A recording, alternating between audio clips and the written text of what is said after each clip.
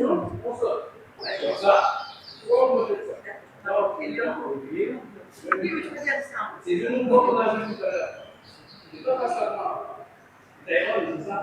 tu m'as dit non, tu m'as dit ah,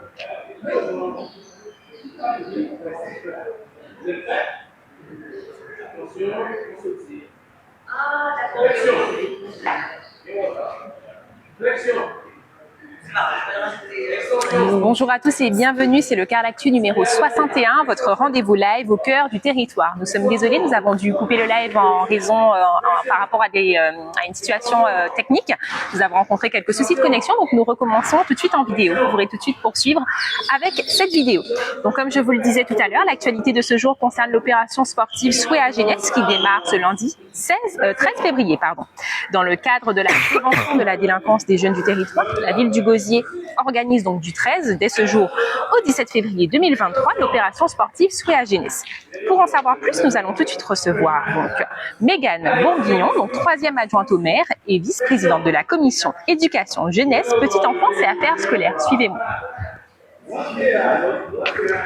Bonjour Madame Bourguignon. Bonjour. Alors, Madame Bourguignon, est-ce que vous pouvez nous dire quel est le rôle de la collectivité en termes de prévention de la délinquance? Alors, le maire pilote la politique locale de prévention de la délinquance sur le territoire. Voilà. Il n'agit pas seul, bien évidemment, puisqu'il coopère avec tous les membres du CLSPD. Donc, le CLSPD, c'est le Conseil local de sécurité et de prévention. Le dernier CLSPD a eu lieu le 12 décembre. Il a permis de poser un diagnostic du territoire, surtout qu'on a connu 2 années de crise, non sans conséquences. Il faut savoir aussi qu'il y a des groupes de travail qui ont repris au mois de janvier pour déterminer les prochaines actions, pour les bonnes actions pour le bon public. Voilà. Très bien, on vous remercie Madame Bourguignon pour ces informations. Nous allons poursuivre notre actualité avec Peggy Renette, donc directrice des services aux familles à la ville du Gosier. Bonjour Madame Renette. Bonjour. Alors, est-ce que vous pouvez nous parler du stage sportif qui démarre ce lundi 13 février, Madame Renette? Oui, écoutez, c'est un stage sportif que nous reprenons, puisque l'année dernière nous avons mené quelques éditions à chacune des vacances scolaires en fait. Donc là cette année, mois de février, nouvelle année, nouvelle action. Cette fois-ci sur le thème des addictions, parce que c'est une problématique que rencontre souvent le collège. Edmond Bambuc. Ça répond donc à une commande et c'est la raison pour laquelle on a pas mal de collégiens qui participent à ce stage cette fois-ci. Très bien. Pouvez-vous nous parler de la programmation des activités? Alors, aujourd'hui, on a du tir à l'arc. On commence en beauté. Et puis, on va poursuivre demain avec de l'escalade en salle. Il va y avoir aussi de l'équitation. Les enfants vont rencontrer la police nationale sur le centre de loisirs de la police nationale qui se situe au Rézé. Ils vont pouvoir échanger effectivement avec d'autres jeunes, donc puisqu'on est dans une action de cohésion, dans un mieux vivre ensemble et également dans une lutte contre l'oisiveté. Faut le savoir, c'est la raison pour la raison d'être en fait de ces stages. Et ils vont pouvoir échanger avec un spécialiste des addictions pour pouvoir leur expliquer ce qu'est une addiction et les raisons pour lesquelles c'est néfaste pour la santé. Alors effectivement, quand on parle d'addiction, on pense à la drogue, à l'alcool, mais il y a aussi tout ce qui est les écrans, qui sont avec une consommation entre guillemets abondante, et puis le sucre, bon voilà, entre autres. Et quand je parlais des problématiques rencontrées par le collège Edmond Bambuc, ça en fait partie. Avec les puffs que les enfants fument, des cigarettes électroniques, la consommation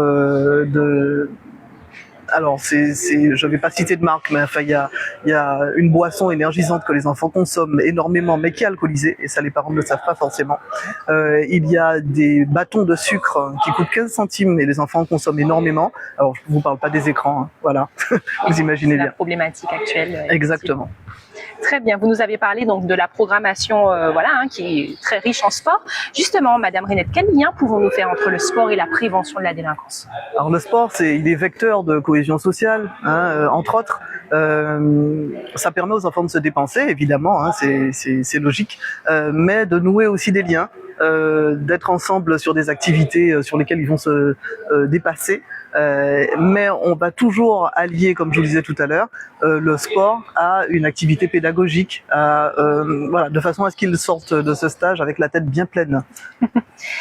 Justement aussi, donc on parle de sport, de prévention de délinquance, mais quelle est l'offre proposée en termes de prévention de la délinquance à la ville du Gosier? Alors nous avons ce stage sportif qui à chaque fois est sur un thème différent. Alors ça c'est donc comme je disais tout à l'heure, à chacune des vacances scolaires.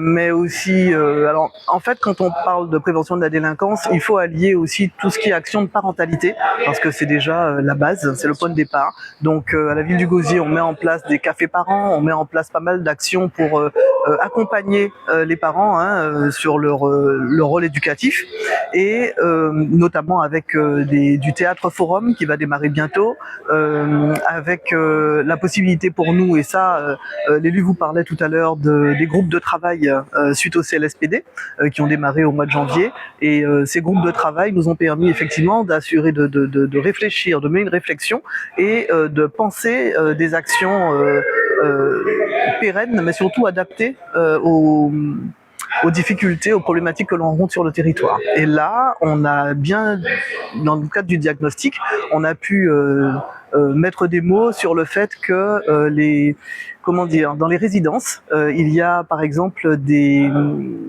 associations de résidents qui ne sont pas encore véritablement opérationnelles. Donc il va falloir nous, dans notre action, pouvoir les relancer. Et dans ce cadre-là, ça sera l'occasion pour nous de véhiculer tous les messages, toutes les actions de sensibilisation que nous voulons organiser sur le Gosier.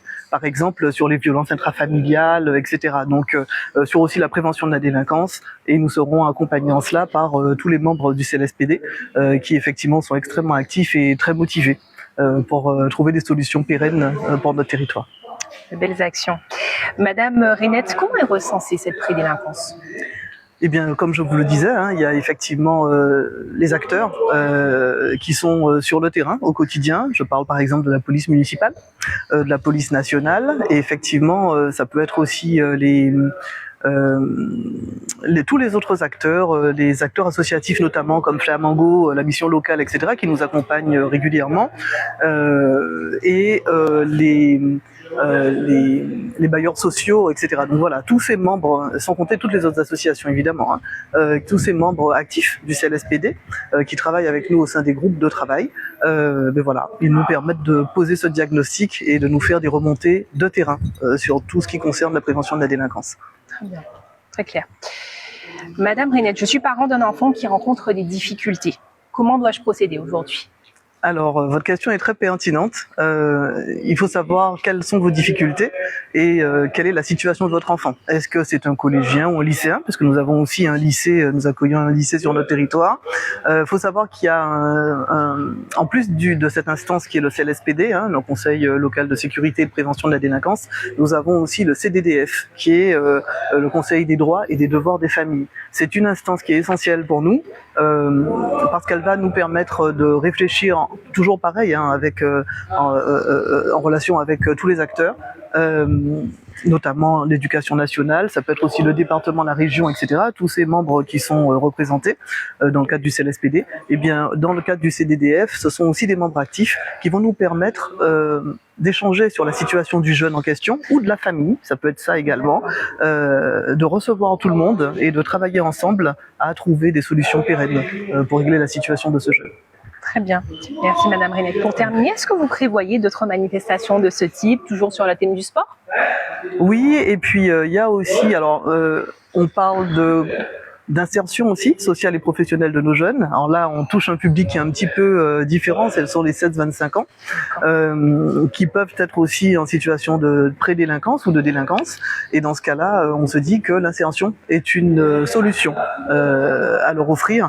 Et dans ce cas-là, on va mettre en place, on parlait de sport, alors ça sera une des éditions. Alors cette année, la direction des services aux familles, en accord avec l'autorité territoriale, a décidé de mettre en place une opération alors attendez, le nom ne me revient pas tout de suite, mais en fait, ça va être une opération d'insertion qui va permettre effectivement aux jeunes, sur chaque fois un thème donné, de pouvoir rencontrer tous les acteurs du domaine concerné. Donc on va commencer par la musique et on va leur permettre de rentrer en contact avec et d'échanger en fait, pour faire des retours d'expérience, d'échanger avec un producteur, avec un artiste. Je ne donne pas de nom pour l'instant parce que d'une part c'est pour parler, mais en plus ils sauront le moment venu.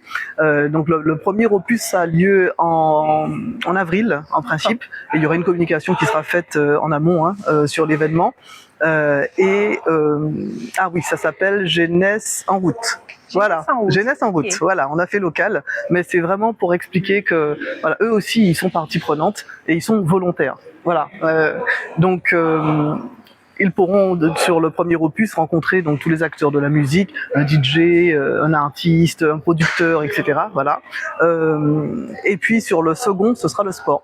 Donc là, on est déjà aussi à pied d'œuvre pour travailler sur la programmation et pour rencontrer autant des athlètes que le kiné, etc. Tous les métiers qui sont autour du sport. Très bien, c'est très intéressant. En tout cas, on reste connecté pour toutes ces belles choses qui arrivent. Ah oui, il y en a. Et on reste aussi connecté puisqu'on va communiquer sur cette semaine, Souhait à Jeunesse, cet événement sportif. Donc, on reste connecté. Merci en tout cas, beaucoup. On vous remercie, Madame Renette, d'avoir été notre invitée du jour et on vous dit à bientôt. Merci, à bientôt. Allez, au revoir. Quant à nous, nous allons poursuivre avec la une du jour que vous pouvez retrouver juste ici. Dans le cadre des vacances de carnaval, la ville du Gosier propose aux jeunes de 8 à 16 ans ainsi qu'aux adultes un stage de vacances à Poival à la base nautique de l'Anse-Tabarin au Gosier. Donc plusieurs activités sont au programme. Dès ce lundi 13 février et ce jusqu'au 18 février, des cours de natation, de kayak, d'optimiste et d'aquagym sont proposés. Donc une participation de 15 € par activité est demandée pour les enfants et de 20 € pour les adultes.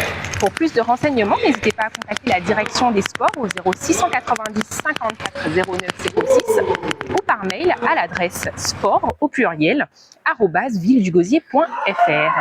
C'est tout pour la une du jour. Nous allons tout de suite passer à l'agenda. Donc, quelques informations à noter. Les agents France Service vous accueillent et vous accompagnent dans vos démarches du quotidien ce mercredi 15 février au Gosier à Beaumanoir, à côté du local associatif de 8 h à 13 h. Ensuite, les agents des finances publiques reçoivent à la mairie du Gosier demain de 8 h à midi les administrés du Gosier pour répondre à toutes leurs questions relatives à la fiscalité. C'est tout pour les infos pratiques. Nous allons tout de suite passer à l'agenda. Donc, à l'occasion de la période des vacances de carnaval, comme je vous le disais, donc la ville du Gosier organise des activités nautiques à la base nautique de l'Anse-Tabarin. Donc, n'hésitez pas à les contacter, à contacter la direction des sports pour plus de renseignements. En raison des nombreuses coupures d'électricité qui ne permettent pas de garantir la sécurité des enfants pour une animation nocturne, la ville de Sainte-Anne informe que le carnaval des lutins est reporté au mercredi 15 février, donc ce mercredi 2023, de 16 h à 18 h à l'espace d'accueil de la bibliothèque située au centre culturel. Les enfants accompagnés de leurs parents seront attendus déguisés. Donc au programme, jeux, contes, découpage de masques et animation dansante. L'entrée est libre et gratuite et les inscriptions sont conseillées fortement. Vous pouvez appeler le fixe, donc qui est le 0590 68 63 80. Je répète, le 0590 68 63 80.